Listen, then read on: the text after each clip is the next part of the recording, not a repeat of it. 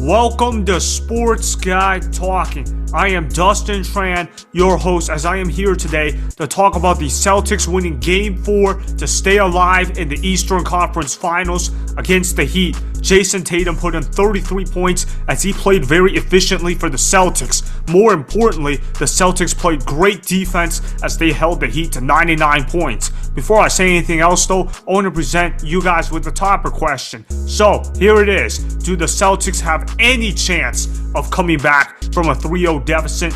And honestly, the answer to that question is no. The Celtics got no shot of coming back from a 3-0 deficit. Here's why. When you look at this Boston Celtics team, they are too inconsistent from game to game. And also, remember this fact as well. No team in NBA history has ever come back from down 3-0. In fact, I wonder why the NBA doesn't end its games when a team goes up 3-0. Because when a team goes up 3-0 in a playoff series, that means the series is essentially over. When you look at this Boston Celtics team, though, in all seriousness, no, Jayson Tatum is a really good player, but he's not a consistent player. Sure, one game he might score you 40 points. The next game he might disappear and only drop 15 points. Jayson Tatum shoots the ball with inconsistent efficiency. When Jayson Tatum is on, he's really on, and you cannot force him to miss a shot. However, when Jayson Tatum is struggling, he really doesn't provide you much of anything. Now, I will give Jayson Tatum this though. Jayson Tatum is a great defender, and he knows how to use his length to be an effective defender. But also remember the fact that the Boston Celtics got 14 points from Grant Williams off the bench. That isn't going to happen every game. Grant Williams is not a great offensive player to begin with, but the fact that he scored 14 points in Game 4, that is not something that is going to be a regular occurrence. For him to knock down 4 3-point shots, that's really unusual to see Grant Williams pull off. I don't expect that to be something consistent from him in the series. Grant Williams has been getting torched by Jimmy Butler all series long, and although he did lock down Jimmy Butler still scored 29 points, and more importantly, Jimmy Butler is going to go back to playing great basketball like he's been doing the entire playoffs. And the thing with the Boston Celtics is as well, they are not a great home team as well. The Boston Celtics have struggled when they are at home. The Boston Celtics are only good when there are no expectations placed upon them. Here's an example of that. You look at last series in Game 6, where there were no expectations for the Boston Celtics to win in Philly, and what happened? Jayson Tatum went off in the fourth quarter, and the Celtics played tremendous defense. However, there are now expectations for the Boston Celtics to make this series competitive again. As soon as expectations rise up for this Boston Celtics team, they will under the pressure.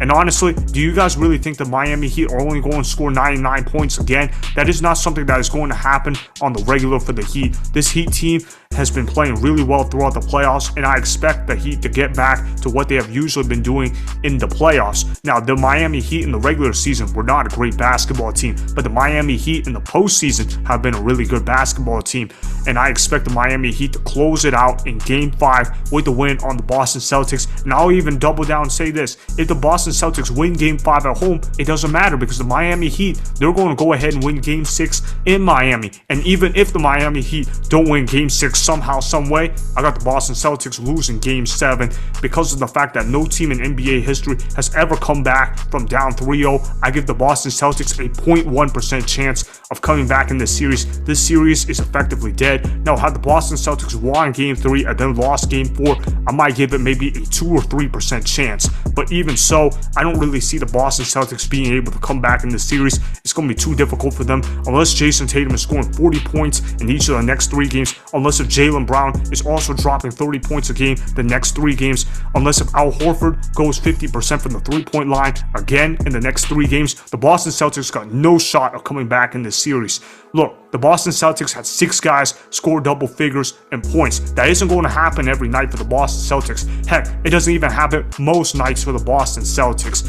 And Robert Williams, he played really good defense in Game 4, but I don't expect that to be consistent because he's not been a consistent rim protector all year long. What history tells us and what the stats tell us about the Boston Celtics this year is that they're going to have some really high moments, but they're going to have some really low moments. And all it takes is for one lapse for the Boston Celtics to absolutely blow this series and make sure that Miami Heat clinch a spot in the NBA Finals. Now, I'll say this for the Miami Heat though. They got to hope that Gabe Vincent plays better than what he did in Game 4.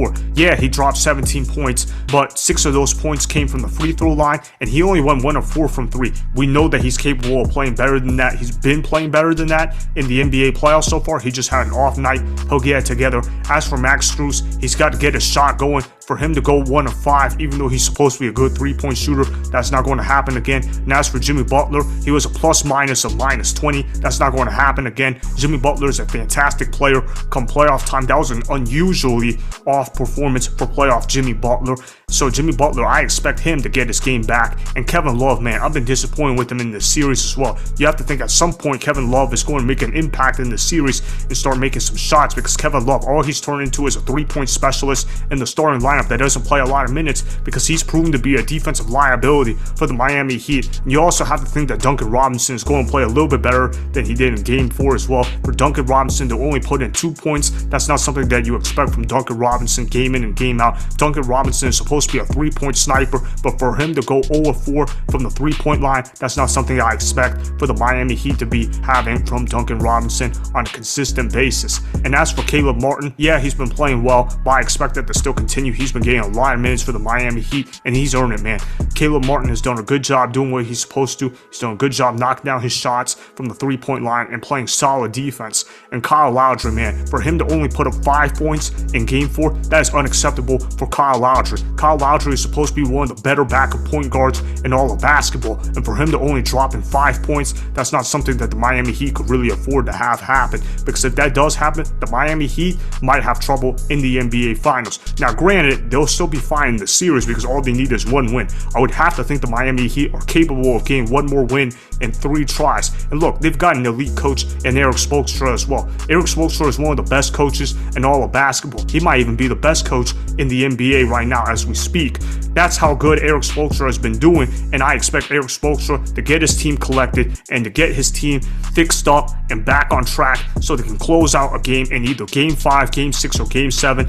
But I'm not going to go ahead and overreact to one game that the Boston Celtics won. Yeah, congrats to the Celtics for not getting eliminated and not getting swept. That's more than what I could say about the Los Angeles Lakers. But let's be honest here, this Boston Celtics team, they know they got no shot of winning this series. There's a reason why they look defeated after Game 3, and although they played really well in Game 4 and put up an excellent fight and won by 17 points, that's not something I expect for the Boston Celtics on a consistent basis. The Boston Celtics come and go as a defensive unit. This Boston Celtics team is not consistent. Now, if Ime Udoka was here, I would say, okay, the Celtics would have a good shot to win the series because they've proven that they can beat the Miami Heat in a playoff series. And last year's Miami Heat team was a better team than this year's Miami Heat team. But you know what? Joe Mazzulla is not Ime Udoka, and Joe Mazzulla has been struggling in the series. Joe Mazzulla has proven that he's not ready for the bright lights yet. He might be ready for that one day, but he's not ready for that right now. Basically, what I'm trying to say is, unless the Celtics get a ton of factors that go in their favor and the Miami Heat have players that continue to have off nights like they did in Game 4, then the Boston Celtics know that they got no shot at winning the series and that they're just delaying the inevitable. The Miami Heat have a 99.9% chance of winning the series in my mind, so that means the Celtics have no shot of coming back whatsoever in the series. I mean, look, Jayson Tatum, he's got to drop 40 points the next 3 games, and they got to have Jaylen Brown drop 30 points a game for the next 3 games. Then they got to have Al Horford continue to shoot threes at an efficient rate, and they got to have Grant Williams continue to be a great player off the bench. All those factors that I just listed out are not factors that I expect to be sustainable whatsoever. With that being said, that means the Miami Heat are going to win this series in 5 games. I've got the Miami Heat winning this series in Boston, and even if I'm wrong about the Miami Heat winning Game 5, you know what? The Miami Heat are going to go ahead and win Game 6 as well. So I got the Heat winning the series in 5 games as they will return back to the NBA Finals for the first time since the bubble year. So that is why the Celtics have no chance of coming back from a 3-0 deficit, as the Heat are just better coached compared to the Celtics. Remember, go ahead and subscribe to Sports Guy Talking, like the video, and please comment down below. If you guys do that, I may shout you guys out in my Instagram story every Monday. That'll be for the @DustinTran Instagram account. Make sure to follow me on Instagram @DustinTran and @SportsGuyTalking. Also, go follow me on Twitter @DustinTran. Again, go ahead and do those things that I just told you guys to go do. Hopefully, you guys enjoyed the content that was just produced. Peace out. I hope you enjoyed that video. Want more Sports Guy Talking, the home of great sports content? Make sure you click that subscribe button to get the latest from Sports Guy Talking. go ahead and like the video, comment down below, check the description box on the video in order to follow my Instagram and Twitter. Also, be sure to check out more of the best clips from the YouTube channel, Sports Guy Talking.